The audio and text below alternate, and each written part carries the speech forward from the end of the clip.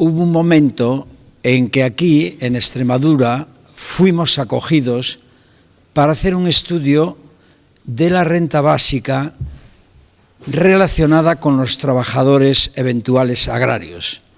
Ese estudio, que pues se publicó, en ese momento, cuando lo hemos acabado, la conclusión a la que llegábamos era: el derecho ciudadano a la renta básica no es un problema de falta de medios económicos, es un problema político. Esta era la conclusión esencial que se desprendía del estudio. No es un problema de dinero, es un problema de voluntad política. Pero la voluntad política, también hemos comprobado en este momento, no existía. Con lo cual nos lleva a algo imperioso, que es lo que justifica este ILP. O hay presión social en la calle o no tendremos renta básica. ¿Por qué? Bueno, los políticos los conocen ustedes mejor que yo. Seguramente tienen más contacto con ellos. Ya un señor que pensaba en la renta básica, allá por el 1900, decía: los políticos son personas muy generosas en dar limosna. Bueno, yo creo que se excedía, porque no veo que ni la limosna llega. Y el otro día, en ese tipo de gala que suelen hacer del cine, en Cataluña se hizo la gala del cine catalán, y uno de ellos se le ocurrió, y para mí acertaba, diciendo: es más fácil entenderte con un burro que con un político. Luego, este es un poco, aunque a mí, mi papel aquí tendrá que volver a hablar de números, de qué es económicamente viable, financieramente viable. Sí que insisto en este aspecto. Ya podemos hacer todos los números que queramos, ya podemos tener todos los argumentos políticos que queramos o podamos, pero está claro una cosa, y por eso ahí acabaré este apartado de introducción. Si no conseguimos presión política, y este ILP es un instrumento adecuado para unirnos horizontalmente, porque somos muchos los colectivos, somos muchos las personas que estamos padeciendo este sistema, pero cuidado, estamos en el inicio, viene peor. Por eso, también de alguna manera, cuando hicimos este trabajo no nos estábamos dando cuenta, a pesar de la conclusión que llegamos, esto es un problema político, de que llegaría una realidad como la que estamos viviendo, que es la que es una ocasión de oro para enfrentarnos al sistema en un proceso, porque el sistema no lo vamos a tumbar en 2 días, en un proceso a partir de unas necesidades a las que nos está llevando este tipo de modelo de sociedad. Yo, además de Baladre, también pertenezco a un grupo que algunos conocéis que se llama Seminario de Economía Crítico, TAIFA, y allí empezamos a hablar de cuál va a ser el modelo de capitalismo que nos está llegando. El modelo de capitalismo que nos está llegando tiene una ética ya, y es la ética del exterminio. Quizá estoy siendo muy negro, quizá estoy siendo muy... pero esta es la ética que nos viene encima. No hay más que ver los resultados. Y acabo aquí ya, porque espero, a pesar de las canas, todavía espero volver de aquí a 10 años otra vez y volver a tener un cambio de reflexiones, pero recordaríamos entonces lo siguiente: en esta ética del exterminio, todos sabemos que el capitalismo siempre necesitó un ejército de reserva mundial. Este nuevo modelo de capitalismo no necesita el ejército, pero lo que no necesita es 5.600 millones de personas en el planeta. Estoy siendo un poquillo extremista, ¿no? Pero yo lo veo así, y así os lo cuento. Entonces, nosotros estamos ya dentro de esos 5.600 millones que sobramos. Por eso la ética del capitalismo que se nos viene encima es la del exterminio. Empieza por cosas tan sencillitas como poner a 5,5 millones en el paro en nuestro país. Empieza, si habláramos de Europa, de poner 85 ya millones de pobres. Ahí hay algo que yo sí que considero positivo, que está, digamos, llamémosle, proletarizando las clases medias. Es decir, que quizá también, aunque ahora nos veamos aquí pocos, esta proletarización de las clases medias, que era un colchón del capitalismo, tengan también que buscarse la vida, buscar salida. Podrán protestar, podrán unirse a nosotros o podrán asumir pues, ese empobrecimiento, esa proletarización. Vuelvo a este punto y a mi punto, dicho esto como una introducción. Yo voy a presentar unos números, pero al igual que con esto, es simplemente un ejercicio entre nosotros. Si quieren ustedes, aquello de convencernos, o como alguien me decía ya y me preguntaba por teléfono desde una radio de aquí de Extremadura, y me decía, ¿cómo justifica usted ante los políticos de turno que le preguntarán de dónde vamos a sacar el dinero? Oía una compañera de ustedes en su momento intervenir en una de esas radios que ya decía, y esto es lo que voy a tomar como punto de arranque, pues ¿de dónde está? De los ricos. Un periodiquillo como este, que lo conocen, o por lo menos se distribuye en Cataluña, nos da un dato que tenemos que recordar los políticos. Nos da un dato y dice, la mitad de las empresas del IBEX, el IBEX son, un índice de las empresas más importantes del país, si suben o bajan en sus beneficios, dice, aumentaron sus beneficios en el 2011. ¿En cuánto? En 35.000 millones. O sea que yo ya no hablo de crisis del capitalismo, estoy hablando del esplendor del capitalismo. En este momento, el esplendor del capitalismo, ¿en qué consiste? En hacer beneficios y en, de alguna manera, degradar nuestras vidas, como ya comentaba antes. Y añade el otro dato que le diríamos a los políticos que nos preguntasen, ¿dónde piensan sacar ustedes el dinero? Pues mire, aquí tenemos una buena fuente. Y señala, 11,6 millones se repartieron en los sueldos de los consejeros. 11,6 millones de euros. Cualquier consejero importante hoy de cualquiera de estas empresas o bancos, voy a poner los más conocidos, Santander, Bilbao, Vizcaya, el director de ese banco gana alrededor de 10 millones de euros anuales. Y nosotros aquí en nuestra ILP estamos pidiendo para cada persona, vamos a ir entrando en los números, pedimos alrededor de 7.000 euros anuales. Estamos pidiendo, es verdad, cuidado, es decir, nosotros estamos pidiendo un derecho, esto es lo importante, el derecho a vivir.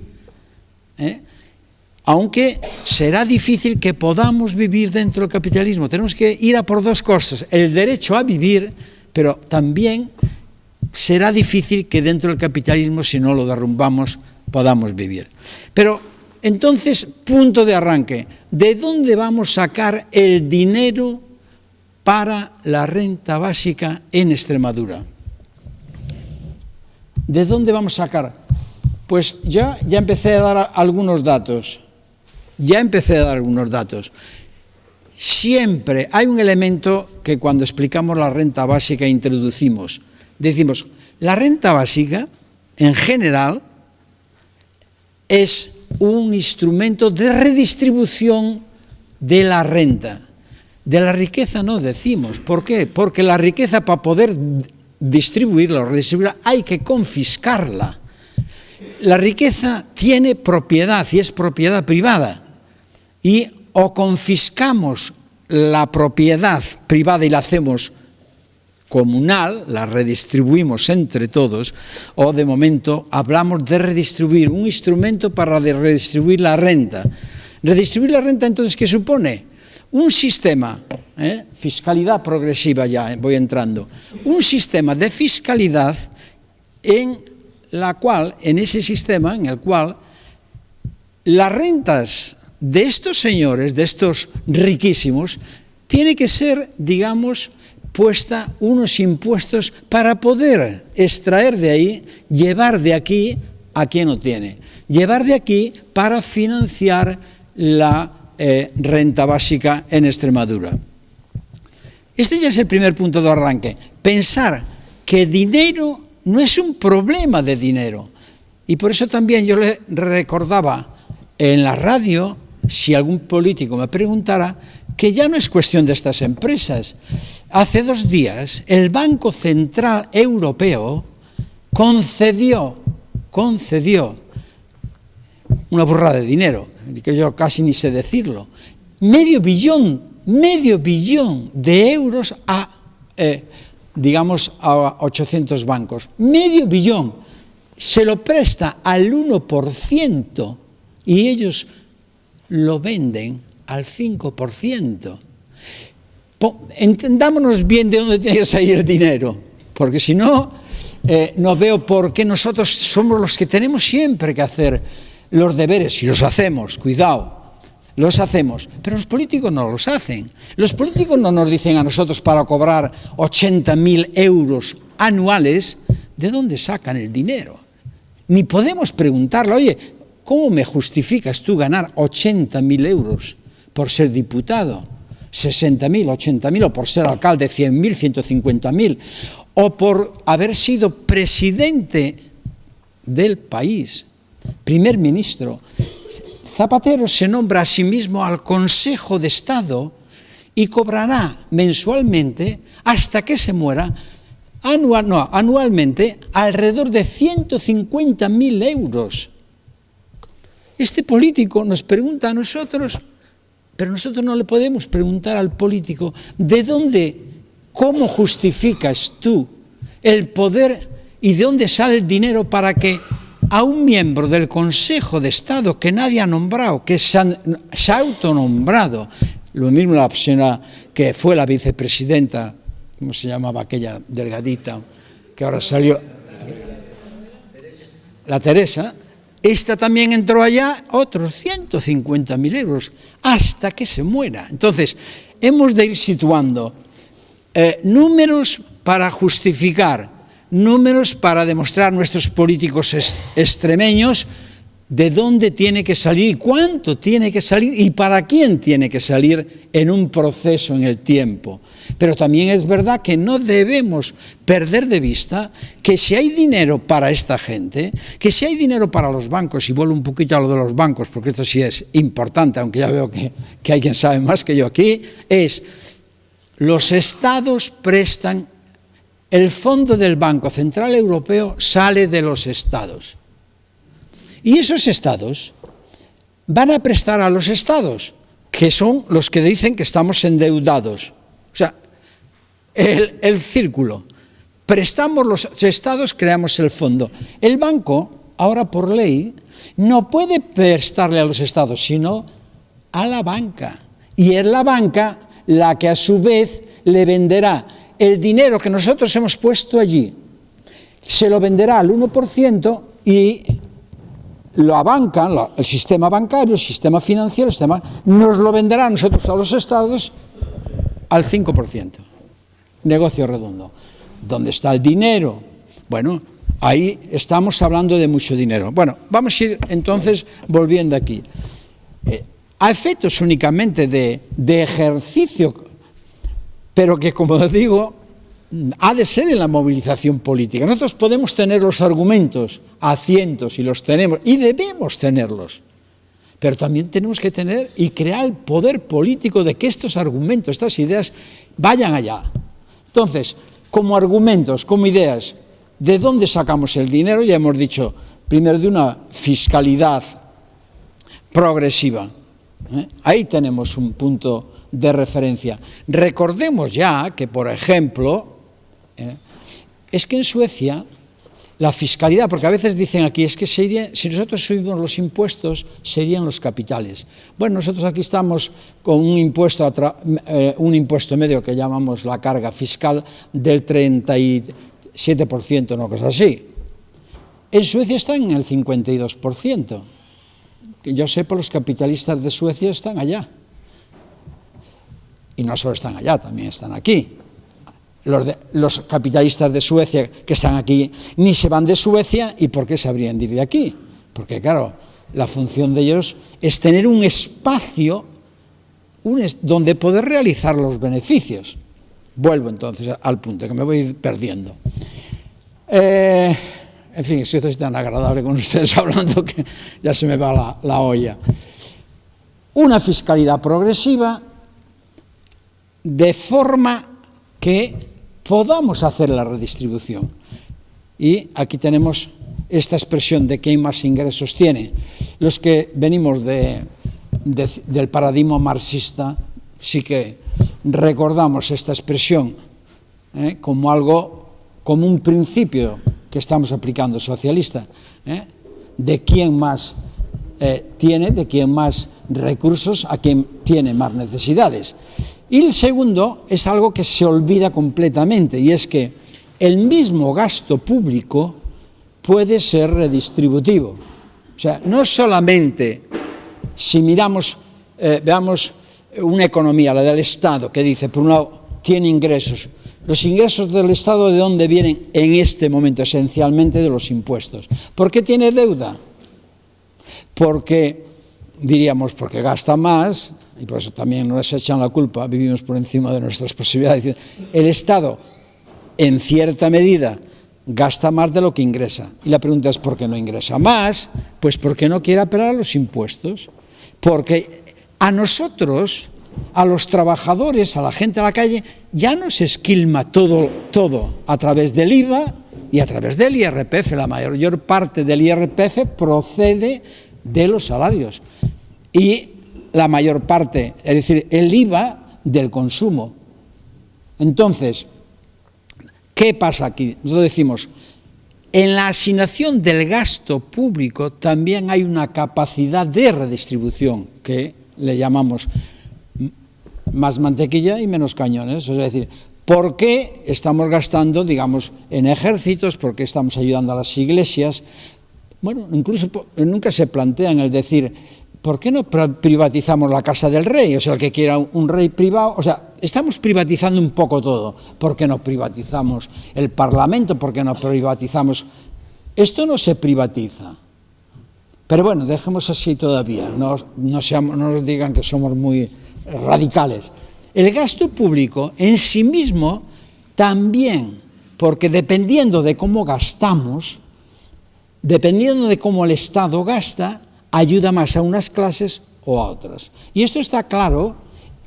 ¿Dónde están los recortes? Los recortes están en lo que podríamos llamar, dentro del gasto público, el gasto social. No está en el gasto en estructuras, no está en el apoyo a la banca financiera, está en aquellas partidas, como puede ser la educación pública, la sanidad pública, las ayudas sociales. O sea, ahí es donde están apretando, porque ahí es donde, yo decía antes, en este sentido es donde yo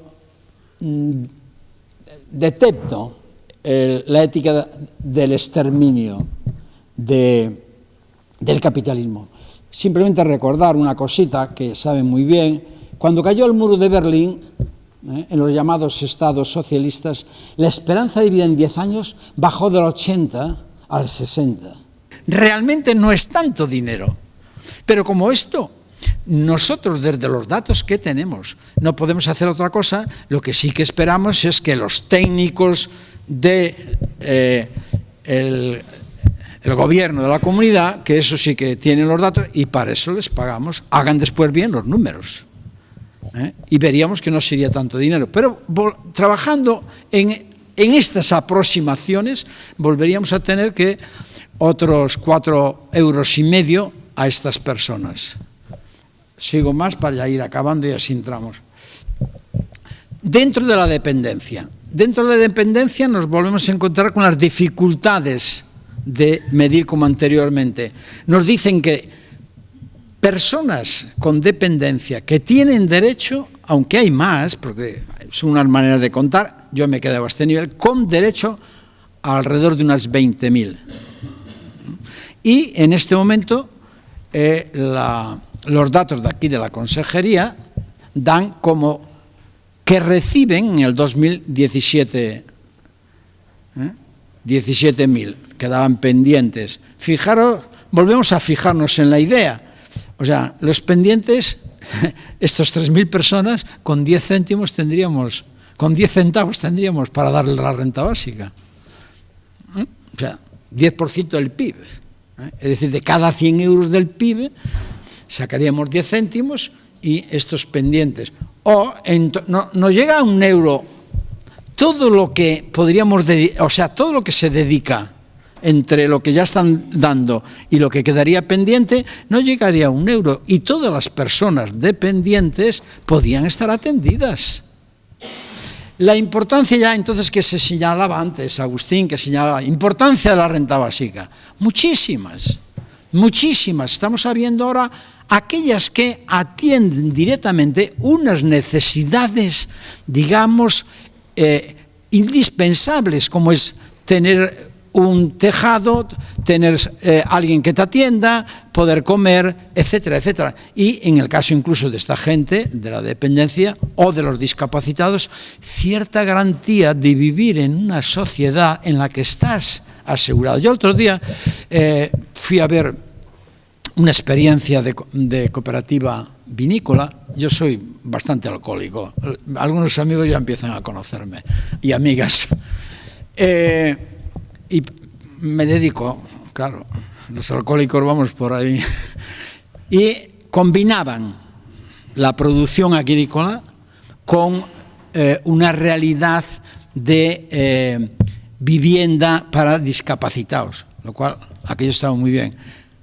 Problemas, la sobrevivencia, al no haber una renta básica, el clientelismo que aquí tanto se conoce.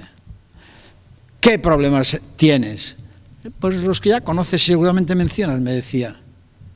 Tenemos que estar siempre, buena parte de nuestra gestión es encontrar dinero, porque para mantener esto, para la gente que estaba allí discapacitada, puede ser una terapia. Yo pienso que los discapacitados tendrían que tener la renta básica primero y después deciden, porque no todos están en centros por terapia, sino por necesidad. No es lo mismo ir a hacer una terapia que a ir a buscarte y ganarte la vida. Entonces, problemas era, pues mira, clientelismo con el ayuntamiento, con la diputación, dependientes del mercado. Nosotros vivimos de una serie de elementos que nos condicionan en nuestra manera de trabajar y ser. Bueno, tiro para adelante y ya se lo... Yo pongo aquí de dónde saldría el dinero, hay muchos sitios. En el libro sacamos, yo calculo que el gobierno autonómico tiene a su vez que ser vehículo de presión nuestra.